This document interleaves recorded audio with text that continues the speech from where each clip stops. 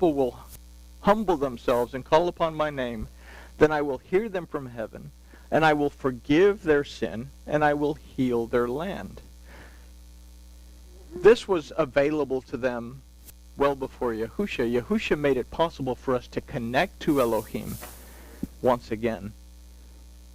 But we have to be able to first recognize that we're in this act of spiritual, physical, whatever, manipulation, idolatry, adultery, whatever you want to call it. So let's consider this concept in light of verse 7.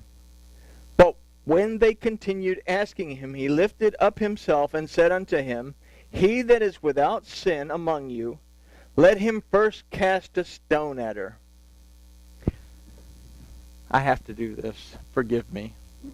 There's a joke that as soon as he says that, a rock comes whizzing by his head and hits the lady. And he looks over and he says, Mom. Okay. All right. Sorry. Let's look at that.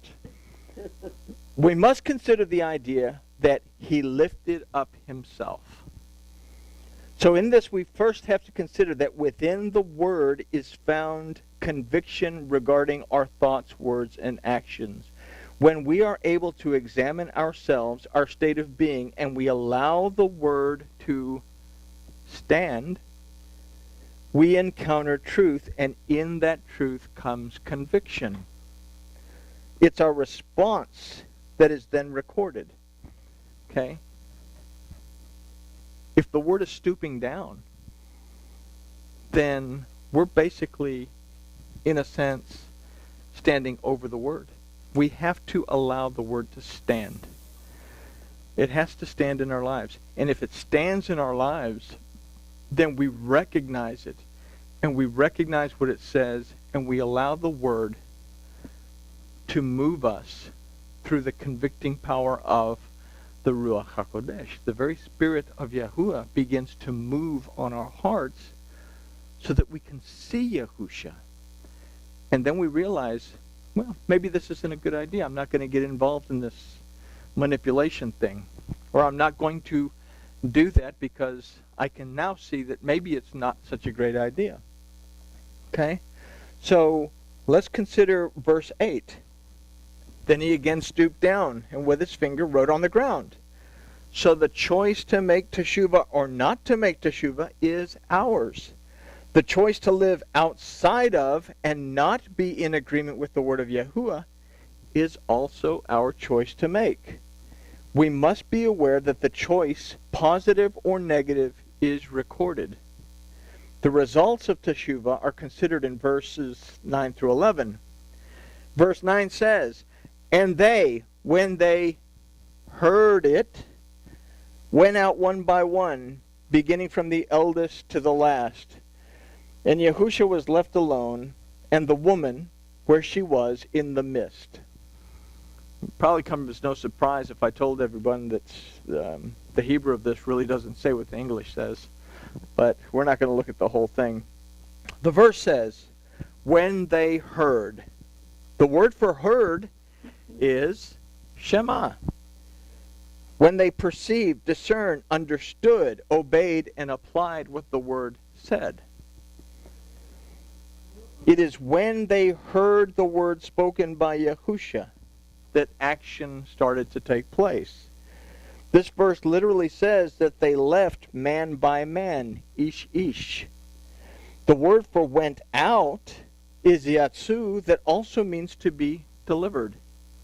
So we can consider that we find our way to deliverance from our false belief system when we take the time to approach the word of Yahuwah in study and in prayer with tea and scones, so that we can Shema where we are and make the course adjustment. We have to be able to stop and have that conversation with our Elohim to understand where we are and where we need to adjust course. Otherwise, we're going to start going in the wrong direction because we want to manipulate the situation to work for us as opposed to understanding the direction that Elohim wants the situation to take. If we manipulate the situation, we bypass steps, And consider this, if we bypass steps, we bypass people. If there is someone that that needs to meet you, and you're manipulating the situation so that you manipulate yourself away from this person, then who's going to suffer the consequences? Well, this person is going to suffer receiving something that they are meant to receive through you. So manipulating our situation to get ahead might get us ahead, but in the long run, we might affect other people around us. So we need to stop and have this conversation. Allow Yahusha into the temple and be willing to listen to what he has to say. So our spiritual side remains alone with the word of Yahuwah so that it is delivered and restored back to a correct alignment. It says the woman was left alone with him. Isha. Okay? So in the last two verses of this study, we can consider that we are restored spiritually by and through the word of Yahuwah. We find forgiveness in teshuvah, and as such, we are able to forgive ourselves. Part of the thing about not forgiving someone is not being able to forgive yourself. Part of the reason of not receiving forgiveness from someone is because you can't forgive yourself. Making teshuvah, turning around, recognizing that you are a new creation, that within you lies the redemption, deliverance, and restoration of Yahuwah Elohim, allows you to shema, perceive, discern, understand, hear what's being spoken to you by the Spirit, be able to take that information and apply it to your situation. It's interesting that shema also means to be content, to be happy. So when we shema, it's because we are able to perceive, discern, understand, obey, and apply the voice of our Elohim to our life, and as a result, we are content in our lives. We are in agreement, Yahuwah Echad, in every aspect of our lives, in every aspect of our existence, at every moment. We are in agreement. We are in unity. It's part of the Shema, the last part of the Shema, where I ask, am I in agreement with my Elohim? Am I in agreement with his word? Am I in unity? Where am I? Where have I strayed? What have I done? I haven't taken a drink. That's what I haven't done. That's why the voice is going like this. Alrighty. So, look at the last two verses. And Yahusha lifted up himself and said to her, Woman, where are they? Did no man condemn you? And she said, No man, Master. And Yahusha said, Neither do I condemn you. Go your way and sin no more. So, verse 11 is a word of encouragement that once we've overcome an obstacle that separates us from our Elohim, we are no longer found guilty in the sight of Yahuwah according to his word. But it also says, Has no man condemned you? If there is no condemnation in Yahusha HaMashiach, then I cannot condemn myself. In fact, let's take that one step further. I haven't said this in a long time.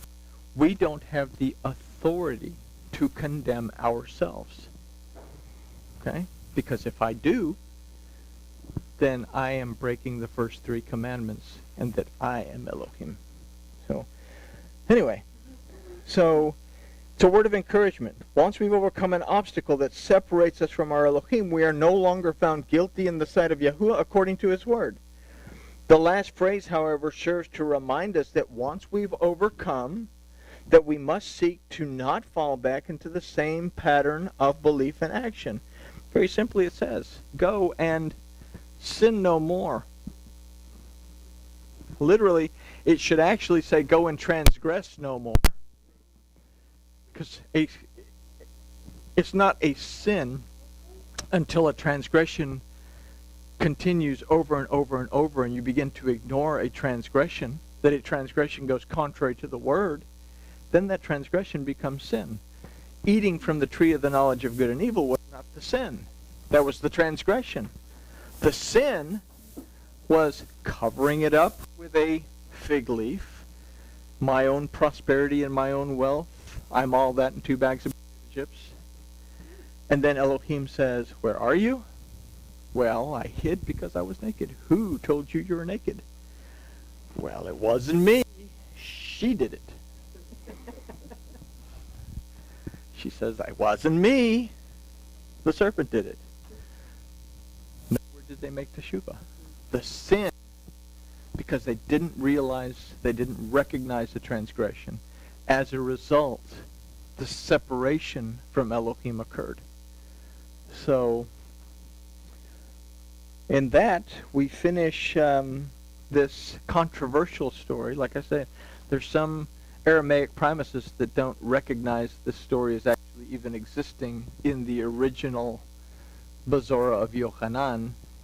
Some say it wasn't until sometime 200 something it was written by some. Anyway, that's what they always say. But it packs a wallop if we'll pay attention to it. And with that, we can say grooviness has been achieved.